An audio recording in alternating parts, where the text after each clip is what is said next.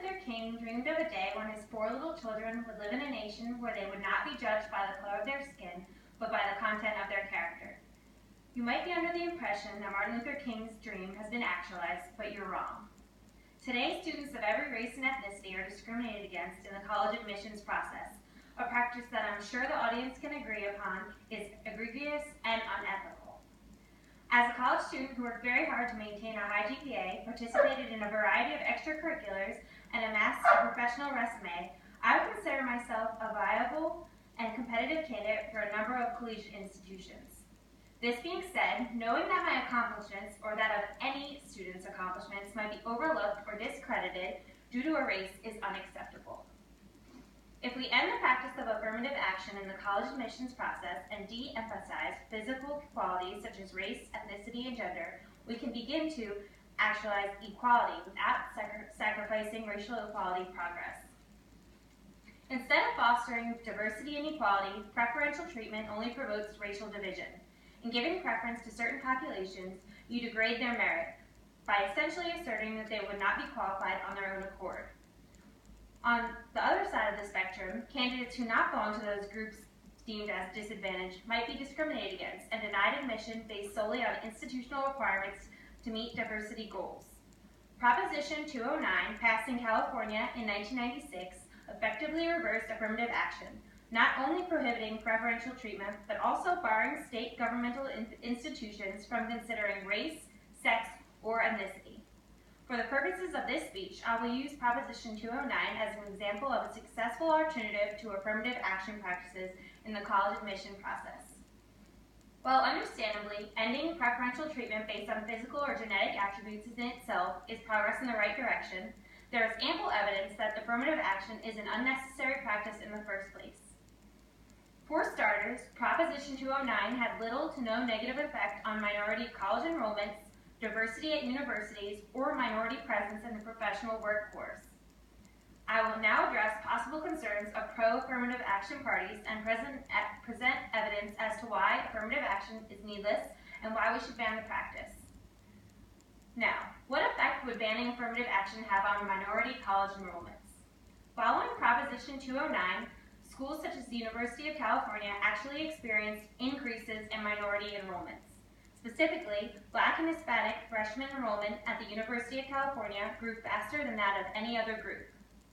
Related to this, reducing the use of preferences has directly contributed to a decline in GPA gaps between minority students and their peers. At many campuses, the GPA gap between African Americans and whites has fallen by more than 40% since the implementation of Proposition 209. The decline is smaller but still substantial for Hispanics. A separate study on the effects of Proposition 209 that examined the patterns of students at all California public institutions, both before and after this ban took effect, found minority college graduation rates, both on time and within 6 years of enrollment, improved for California's public four-year colleges with the implementation of Proposition 209, and improved relative to the corresponding rates of whites or Asian Americans. Many of these benefits have been attributed to Proposition 209 decreasing the chance that students are mismatched or placed in a program where their credentials are so far below that of their classmates that they are at great academic disadvantage and much less likely to survive in a difficult major or even graduate. Charles Geschter, Emeritus Professor at the History at California State University, explains, despite the constant refrain about needing an even playing field, the fact is that getting admitted to a university or starting an academic career is not some game. Affirmative action policies did minority students a great disservice by accepting them into programs that they were not academically qualified for. Fortunately, these affirmative action beneficiary groups have not lost their presence in campus demographics since affirmative action was banned. What impact would banning affirmative action have on campus diversity? To put things in perspective, in fall 1998, Blacks and Hispanics together constituted 19.5% of all UC freshmen and transfers. After Proposition 209 and the end of affirmative action practices, in the fall of 2006, they represented 23% of all new enrollees. Asians were 34% of new enrollees in fall 1998, and in fall 2006, they were 36%. In other words, 10 years after the passage of Proposition 209, non-white ethnic minorities constituted over 60% of all freshmen and transfers to the University of California.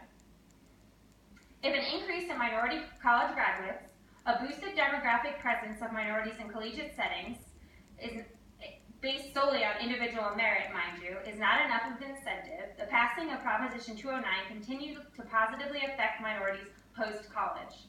According to the Equal Employment Opportunity Commission, although there is still some disparity between whites and minorities in public employment, it does not appear that minorities have lost any ground since 1993. Before Proposition 209 was adopted, the overall percentages of minority employees in the higher salary levels have not changed significantly since the adoption of Proposition 209. Furthermore, evidence suggests that the size of the public employees workforce has continually fluctuated in a manner that reflected the overall economic status of the state.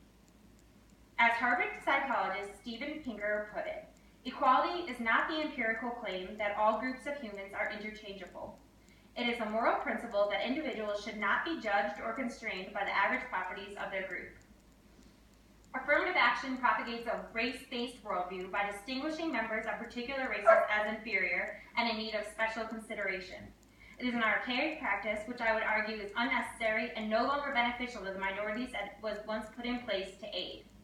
Today, it is time for American universities to cease utilizing racial and ethnic preference in college admissions. Instead of fostering diversity and equality, preferential treatment only promotes racial division.